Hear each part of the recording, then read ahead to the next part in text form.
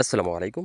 গ্রামে থাকা যে এতটা শান্তি, সেটা যারা থাকে তারা বোঝে। দেখেন, একদম ছোট্ট একটা গাছে কতগুলা আম হয়েছে। এটা কিন্তু ঝড়ের পরে। আজকে হচ্ছে আপনার মে মাসের ৩১ তারিখ। তো এই যে ঝড় হয়ে গেছে ৩-৪ দিন হয়ে গেল।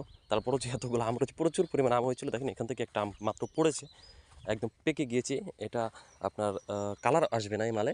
এটা হচ্ছে আপনার দেখলে মনে হবে কাঁচা, কিন্তু ভিতরে পেকে গিয়েছে। ওইখান থেকে মাত্র ওই যে ফাঁকা যে জায়গা, ওইখান থেকে পড়ছে। তো মোটামুটি বেশ ভালো আম হয়েছিল, ঝড়ে বেশ কিছু পড়ে গিয়েছে, কোয়ালিটি অনেক ভালো আলহামদুলিল্লাহ।